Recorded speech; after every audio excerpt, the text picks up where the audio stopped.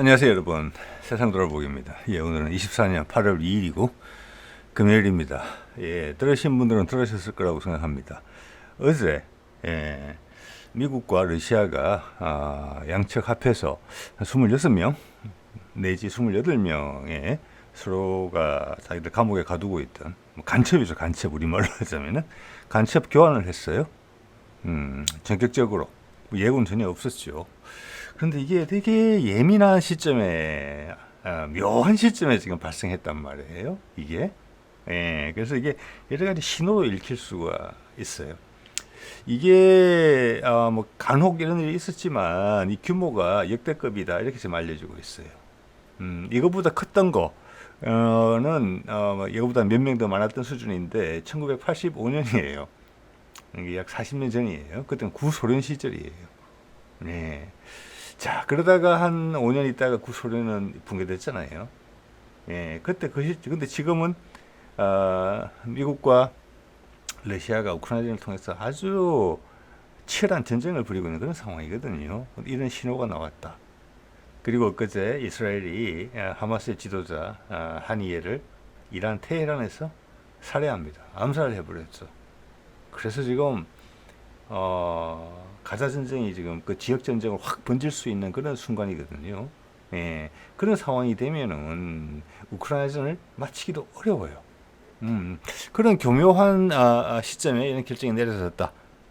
뭐 아닐 수도 있습니다만은 이 시기를 골랐다는 것은 의미가 있다고 봅니다. 자, 그 내용에 대해서 한번 이야기를 좀 드려볼까 합니다.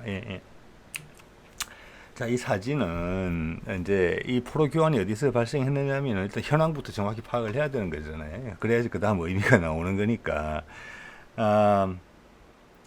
이 사진은 아마 모스크바 근교의 공항입니다. 자, 포로 교환이 발생한 장소는 터키의 앙카라 공항이에요. 자, 그걸 두고 터키가 중재를 했다 이런 말이 나오는데 얼마나 많이 장소만 제공한 건지 아니면 양쪽에 다리를 놓은 건지까지는 모르겠어요. 제가 봐서는 장소만 제공했다고 봅니다. 왜냐하면 오늘 석방된 사람 중에 월스트리트 저널의 기자가 있어요. 미국 기자죠. 거기에 대해서는 미국에서 많은 내부에 관심이 있었고 바이든이 비판을 받던 부분이에요. 오랫동안 거기 묶여 있었는데 별다른 조치가 없었다. 트럼프도 아주 신랄하게 비판했던 내용이거든요. 돈 받으려고 그러는 거다. 푸틴이 돈 주면 금방 내줄 텐데 이런 식으로 좀 말을 했었거든요. 이번에 그 사람이 포함이 됐단 말이에요. 근데 몇 달 전에 있었던 한 1시간여 이상의 터커 칼슨과의 인터뷰에서도 그 사람에 대한 이야기를 터커 칼슨이 바로 제기했었죠. 그랬더니 푸틴이 이렇게 이야기했습니다. 그 사람은 간첩 혐의를 받고 있다. 그리고 양측 정부 기관끼리 의사소통이 되고 있다. 이렇게 이야기를 했었어요. 통로가 있다. 우리는 대화 통로가 열려 있다. 자, 그렇기 때문에 이 일은 이 언뜻 러시아 쪽에서 나오는 이야기를 봤을 때는 오랜 기간 동안 이야기를 해온 거다. 그래서 타이밍을 이때로 골랐다. 전격적으로. 이렇게 보시는 게 맞을 것 같아요. 그래서 터키의 관여 여부는 그렇게 강하지 않지 않느냐 이런 생각이 들고, 여기 보면 어디는 26명, 어디 28명 이렇게 이야기를 하긴 하는데 제가 봐서는 26명이 맞고요. 이 보면은 제가 동그라미 친 초등학생들로 보면 여자아이가 있고, 그 뒤에 오른쪽에 보이는 사람이 아버지인 것 같습니다. 왼쪽이 엄마고, 그 뒤에 남자아이, 동생으로 보이는 남자아이가 있어요. 그 둘도 이번에 포함이 된 거예요.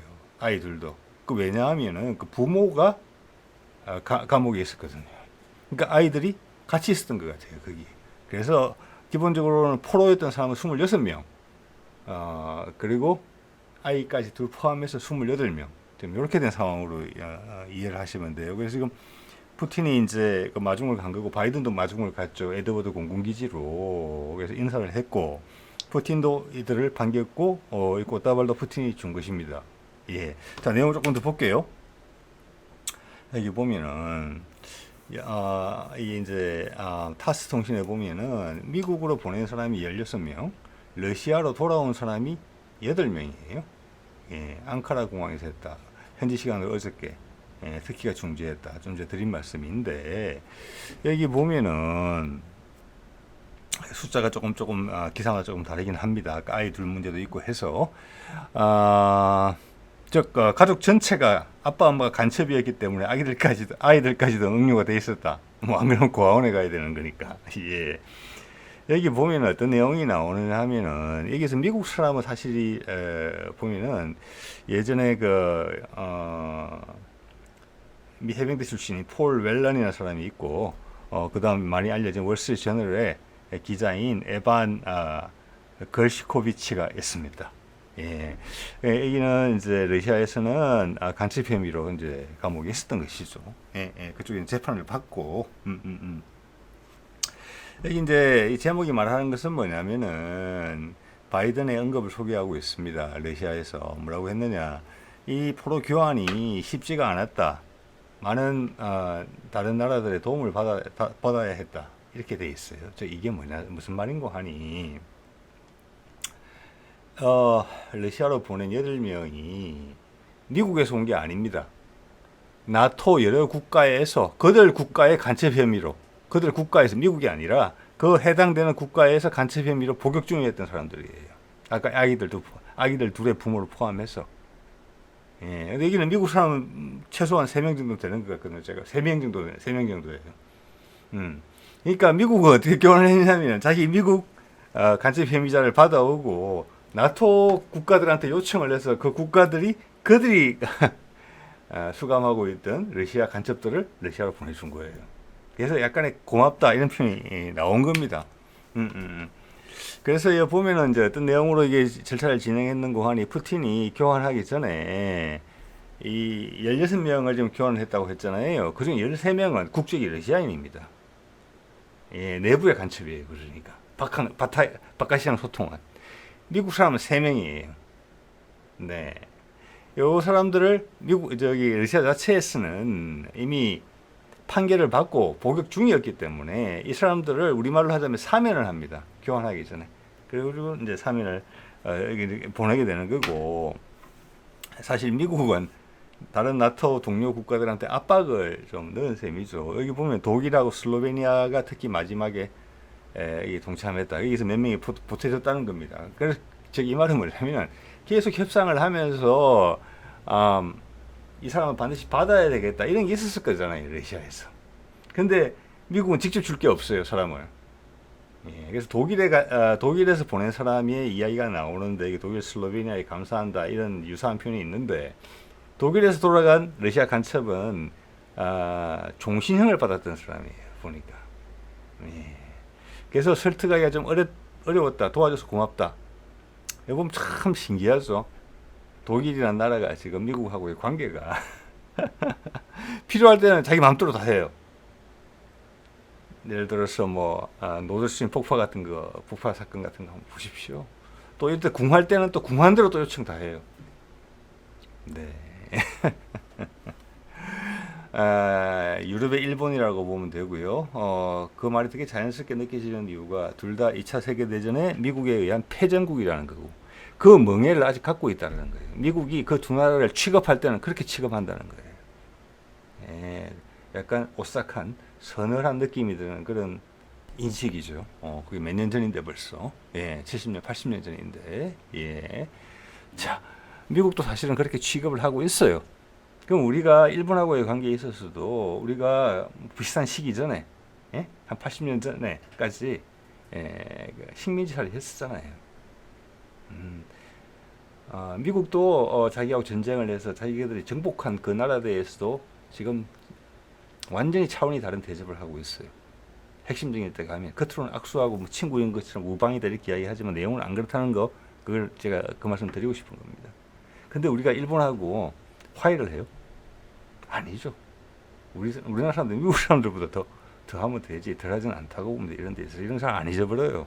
그 옛날 임진왜란 것도 있고 그 외에 역사적으로 내려왔던 관계 설정이 있기 때문에 그래서 윗선에서 뭐 악수를 하고 뭐 돌려치기를 하든지 간에 눈 가리고 아웅을 하든지 간에 민심과는 전혀 무관하다고 봅니다. 자, 이런 게 있었고요. 그런 생각이 났고, 자, 이건 에드워드 공군기지에 도착하는 미국 첫 인사들이에요. 뭐 3명인데 2명만 지금 초점을 받고 있죠. 아무래도 아까 전 해병대 출신 있고 지금 그림 속에 있는 사람은 제가 보기에는 화제 중심이 됐던 월스트리트 저널의 기자라고 봅니다. 예. 자, 바이든하고 카말라 해리스 부통령이 같이 나왔어요. 이거 여러 가지 의미가 있는 거거든요. 이걸 정치적으로 활용한다고 보셔야 돼요. 지금 해리스가 대통령 후보로 거의 이제 공식화되면서 선전을 하고 있다. 이런 조사에서 이런 보도가 나오고 있어요. 이거는 당연히 그것과 상관이 있다고 봐야 되겠죠. 예, 성과를 만들어내는 거잖아요. 이 성과는 이제 해리스한테 가는 거예요. 바이든한테 가는 게 아니고. 자, 두 번째는 이겁니다. 제가 이야기를 하지만 바이든이 이런 지금 궁지에 몰리게 된 이유는 적당한 선에서 타협을 해줘야 되거든요. 오늘 보는 것처럼 이게 서구식 방식이에요. 상대방이 죽을 때까지 복수를 하지 않아요. 적당히 항복하면 그렇게 넘어가요. 동양 방식과는 좀 다르거든요. 우리는 끝을 보려고 그러죠. 예, 이게 게임처럼 한단 말이에요. 그런데 바이든이 무슨 이유에선가 뭐 노환이라고 봐야 되겠죠. 판단력의 상실 이런 거 더불어서 푸틴에 대해서 엄청나게 적개심을 느끼고 경쟁의식을 느끼는 거예요. 시진핑에도 마찬가지예요. 그래서 무리수를 두려고 했기 때문에 트럼프 입에서 3차 세계대전 이야기가 나오는 거고 그럴 여지는 많았단 말이에요. 예, 그래서 그게 민주당 고위층이든지 아니면 공화당과 민주당을 아우르는 딥스테이트의 핵심 세력이든지 간에 이건 아니다 라고 해서 날렸다. 자, 그렇게 됐을 때 해리스가 취할 수 있는 자세는 뭐냐, 여기에 반대 방향으로 간다. 그런 면에서는 트럼프랑 외교적 행보가 되게 비슷해질 것이다. 수습을 해야 된다 이제. 그러니 필요한 시점이거든요, 해리스가. 그러면은 트럼프의 뭐라고 할까, 독보적인 그런 부분이 많이 상쇄가 돼요.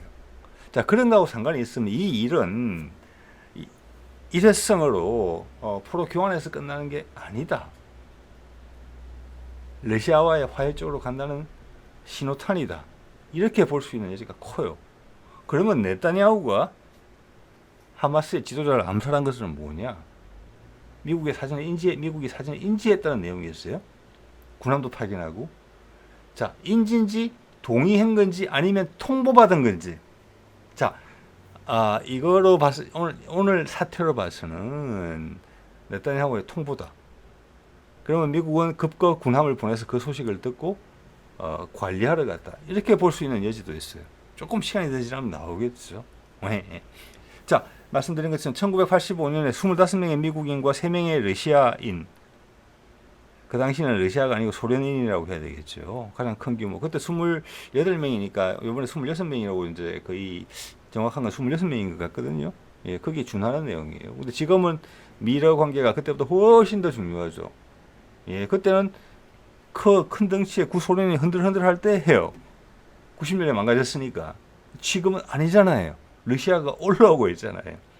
우크라이나전에서 미국의 대리전쟁인 우크라이나전에서 미국의 패색이 짙어졌잖아요. 어떻게 발을 빼는가 문제였는데 바이든이 발을 빼지 않고 계속 달라붙는 거잖아요.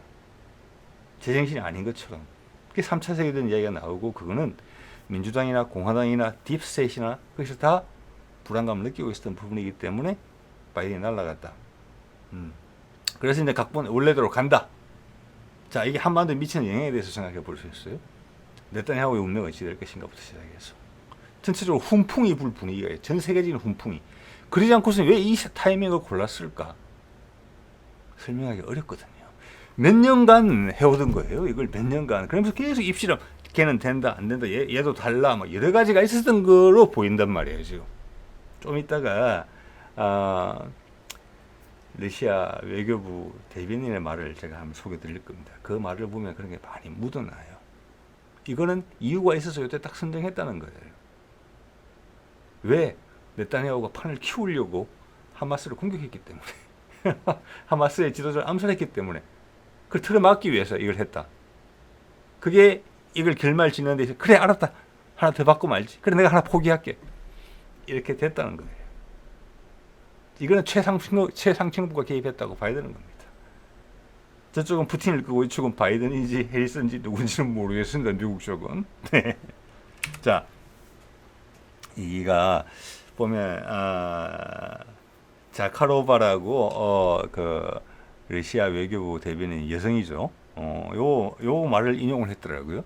저는 이게 보면은 러시아가 요즘 말로 하면은 그들의 외교적인 언사에 보면은 되게 공감이 가는 사람의 감정, 사람 냄새가 나는 이런 표현들을 많이 써요. 미국은 엄청나게 건조하거든요. 저게 자, 그런 면에서 얘기를 골라서 소개를 드립니다. 뭐라고 했는데 제가 의역을 한 겁니다. 세상에서는 이걸 포로교환이라고 말하지만 사실은 자제력이다. 이 말 잘 새겨보세요. 영어로 제가 번역이 잘못되실 수도 있기 때문에 영어로 말씀드린 셀프 컨트롤이에요. 셀프 컨트롤. 뭐 자제력 정도의 표현이겠죠. 셀프 컨트롤. 어떤 셀프 컨트롤이냐?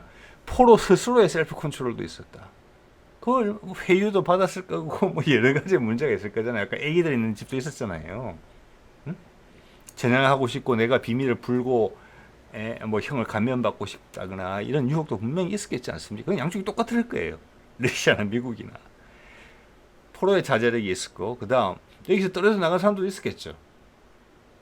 전향을 한 사람도. 우리도 옛날 미 전향 장기에서 북한으로 보낸 적이 있습니다. 이런 거 한번 생각해 보세요, 여러분. 그 다음 정부의 자제력도 있었다. 묘한 표현이죠. 그리고 첩보기관의 자제력도 있었다. 이런 것들이 다 묶여져서 그 교집합을 통해서 이번에 8명의 사람이 선정이 돼서 러시아로 돌아오게 된 것이다. 즉 러시아 입장에서는 영웅이다. 이거 간접적으로 이야기를 하는 거고 이런 기관들이 많은 노력을 기울였으며 여러 이해관계가 엇갈려 있었는데 이번에 맞았다. 이거는 시기적 흐름이 그래서 그런 것이다. 예, 오랫동안 이야기해왔다는 거거든요. 수년간. 네. 자, 그래서 이거는 이 시점을 고른 거는 목적성이 있다. 또한 그 미국으로 간 프로들, 러시아로 간 프로들도 세상의 흐름에 맞아서 지금 돌아오게 된 거다. 왜? 결론이 지어졌으니까. 이걸 활용해야 될 필요성이 미국과 러시아에 동시에 발생했기 때문에 같은 이슈로. 네. 자, 그러면 이런 내용이 좀 보도가 됐어요. 인도 방송에. 이 왼쪽에 있는 사람도 8명이고 애기들 둘인 것 같습니다. 푸틴이 이 사람들 하는 이야기를 제가 붙여봤어요. 이게 뭐냐면 우리는 미국 사람들이 어떻게 표현하는지, 미국을 대표하는 서방 사람들이 어떻게 표현하는지는 잘 알고 있어요. 어릴 때부터 많이 봐가지고. 근데 러시아라는 나라 사람들은 어떻게 표현하느냐. 되게 동양적인 부분들이 많아요. 예, 그래서 러시아라는 나라가 생김새도 그렇잖아요. 서구 사람 더하기 동양 사람처럼 생겼거든요. 섞어놓은 것처럼. 가만히 생각하시면 그러실 겁니다. 유목민의 전통을 많이 받은 민족이고 몽고 제국이 마지막까지 살아남았던 데가 모스크바 지역이에요. 그때 지배를 받았던 슬라브족들이 몽골을 위해서 끝까지 싸웠어요. 몽골을 본지는 원나라는 망했음에도 불구하고. 그런 부분들을 제가 느끼는 건데 그걸 한번 공감해 보고자 이렇게 이제 정리를 해봤습니다. 기회가 있을 때마다. 그리고 워낙 언론에 노출이 적잖아요. 자, 첫 번째부터 해볼게요.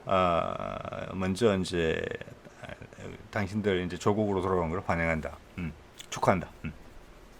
그리고 그 다음에 뭐라고 이야기를 하냐면 제가 다 옮긴 건 아니에요. 핵심적인 부분을 옮깁니다. 그 위에 그 밑에 보면은 그리고 여기에 군사 작전과 관련 직접적으로 연계가 된 사람들에 대해서 내가 한마디 하고 싶었었는데 이것은 뭐냐면 정말 간첩 이야기를 하는 겁니다. 스파이라는 겁니다. 스파이 쉽게 말해서 여기 국정원에 있는 사람들이 있다는 거예요. 아니면은 뭐 우리말로 하자면은 뭐 뭐라고 할까요? 우리 뭐 방첩대나 뭐 옛날 말인 것 같습니다. 지금 당장 우리말로 요즘 단어가 기억이 안 나네요. 그런 간첩들도 있다는 겁니다. 인정하는 거예요. 네. 그 사람들한테는 당신들이 맹세를 지켜준 거에 대해서 고맙고 네 의무를 충실히 했다. 그죠?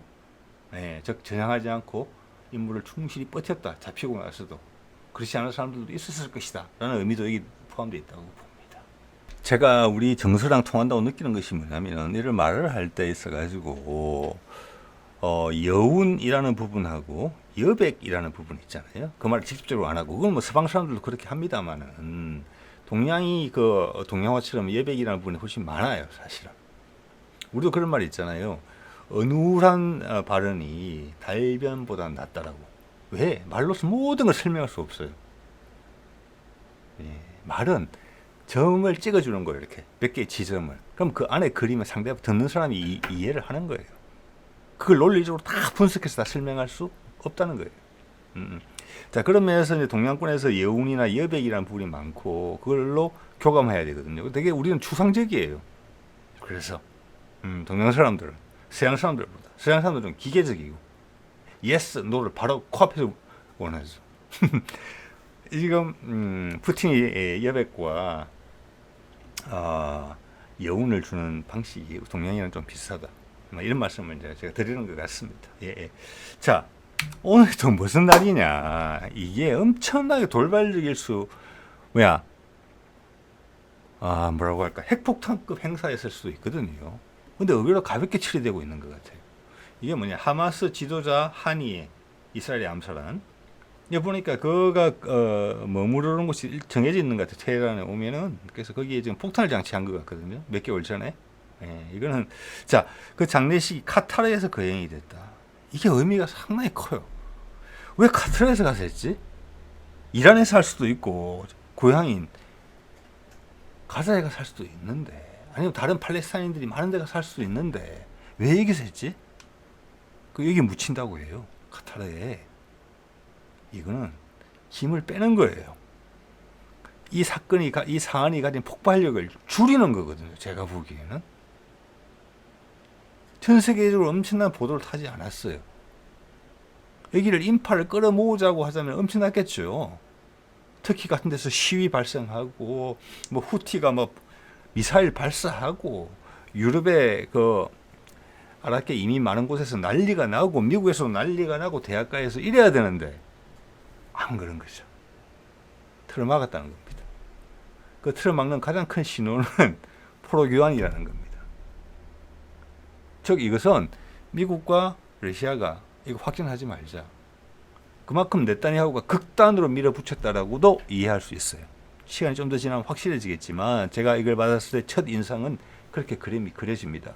즉 미국은 동조했다기보다는 한이의 암살에 있어서 통지받았다. 얹지 않다. 그들도. 그걸 강하게 틀어막기, 그 불길을 끊기 위해서. 왜? 이런 장례식 같은 걸 기점으로 해서 확 몰아붙이잖아요. 여러분 기억나시죠? 빈 살만 옛날에 탈레반 그 암살할 때 파키스탄의 도움을 받아가지고 미국 특수부대가 암살할 때 시신을 없애버렸어요. 어디로 간지 모르죠. 왜? 거기가 거점이 되니까. 저항에. 자, 이라크 침공해가지고 후세인을 죽이고도 어디 파묻었는지 몰라요. 그렇기 때문에 일본인들이 우리 이 민비를 죽이고 나서 화장을 한 겁니다. 무덤이 형성되지 못하게. 예. 여기서는 어떻게 했습니까? 다른 동네 가서 영향력이 가장 적은 동네 가서 예우를 갖춰서 장례식을 치렀다. 이거예요 지금. 그리고 미국과 러시아가 거기 함께 하고 있다. 즉 주위에 관련된 국가들, 터키, 이란, 뭐 그 외 헤즈볼라, 그리고 뭐 유럽의 나토 동맹국들, 그리고 팔레스타인 단체들 경거망동하지 마라. 미국과 러시아가 같은 마음이다. 여기에 대해서는 자, 이 제스처 하나로는 끝나지 않겠죠. 이런 방향으로 갈 것이다라는 신호까지 같이 포함되어 있다고 봐야 돼요. 네. 조금 두고 보면 나오겠지요. 예. 자, 그리고 여기 보면 타스 통신의 기사를 내용을 보면은 이거 핵심적인 겁니다. 그런 맥락에서 보면은 라프로프죠. 러시아 외교부 장관, 그리고 이란에는 이제 외교부 장관이 아니고 뭐 임시로 하나 누가 있는 것 같아요. 그 둘이 공동 명의로 이야기를 한 거예요. 한이의 암살을 비난했어요. 이 묘하죠. 이 말은 뭐냐? 우리가 둘이가 공감하고 있고 러시아와 이란이 이야기를 나누고 있다. 비난할 땐 강하게 비난을 하지만 전쟁은 아니다. 제어하고 있다. 그리고 러시아가 이란한테 줄 때는 너희가 충분히 복수할 수 있는 타이밍이 있다. 이스라엘이 말하는 것처럼 너희가 원하는 때와 원하는 방식으로 지금은 아니다. 그것을 푸틴과 바이든, 해리스인지 모르겠습니다만 보여준 것이다. 그 얼개가 맞는다. 그럼 이란은 참는다. 기회가 주어질 때까지. 지금은 아니다라는 것은 분명하다. 여기서 판이 더 커지면 위험하다. 오히려 네타냐후의 행동 때문에 미러가 돌파구가 마련되는 이렇게까지 생각될 수 있어요. 우리 윤석열처럼. 우리나라 전체를 각성하게 하잖아요. 나라가 평온하고 아무 문제가 없이 그냥 무리 없이 진행된다는 게 얼마나 많은 노력들이 뒤에 있는가, 이걸 우리가 느끼고 있는 거잖아요. 망가뜨릴 때 금방 망가뜨려지니까. 그렇지만 표면이 잔잔하다고 해서 세상이 조용하고 아무도 일 안 하는 게 아니다. 그 밑에 물분자들은 엄청나게 열심히 일하고 있다. 이걸 우리 국민들이 각성하고 있잖아요. 윤석열, 그리고 윤석열 머리 꼭대기 위에 있는 김건희 때문에. 일단 그런 역할을 해주고 있어요. 예, 이런 마중물이 필요해요. 좀 더러운 마중물이라도. 자, 그래서 좀 전에 이제 그 대표적 대문 사진 밑에다가 거기가 이제 이런 기사들이 나온 겁니다. 여기 보면은 이런 기사가 바로 눈에 띄죠. 이거는 이 스푸트니크를 딱 보면 이게 눈에 띄게 돼 있어요. 예, 러시아가 우크라이나 위기 해소 결의안을 만드는 데서 협조할 의사가 있다. 뒤에 조건이 붙어있긴 했어요. 자기 우리의 이해를 지키는 선에서. 왜? 우리가 지고 있는 게 아니니까. 우리는 이기고 있으니까. 예? 원래도 돌아간다는 뜻이 아니다. 이 뜻은 분명히 한 거예요. 그렇지만 이런 의사를 강하게 지금 내비쳤죠. 이게 다 푸틴, 바이든, 포로 교환이 나오는 거예요. 우리 라프로프는 이란을 말리고 있는 거예요. 이렇게 되면 바보 되는 거는 네타냐후밖에 없을 수 있어요. 네타냐후 버림받을 수 있어요. 제가 가끔 드리는 말씀이지만 이런 과정을 통해서 버림받게 되는 거죠. 그러고 이제 어제 나온 기사지만 젤렌스키 미 선거는 우크라이나의 위기. 이렇게 젤렌스키는 처리가 되는 거예요. 혼자 독박 쓰면서. 사실은 미국의 전쟁인데 마실 때는 젤렌스키 책임이 가는 거예요. 미국한테 절대 책임이 가지 않죠. 이게 우크라이나의 비애예요. 비애. 예. 이거는 나중에 러시아가 우크라이나를 에다가 뭐 투자를 해주고 모든 게 정리된 다음에 그렇게 해주기는까지는 우크라이나는 살아나기 어려울 거라고 봅니다. 예. 자, 오늘 이 정도 말씀을 드려보겠습니다. 조금 시간이 지나면 나오겠죠. 근데 타이밍이 교묘하다. 예, 그걸 부인하기는 어렵다고 봅니다. 미국과 러시아 간의 이번에 포로 교환은 말입니다. 네, 네.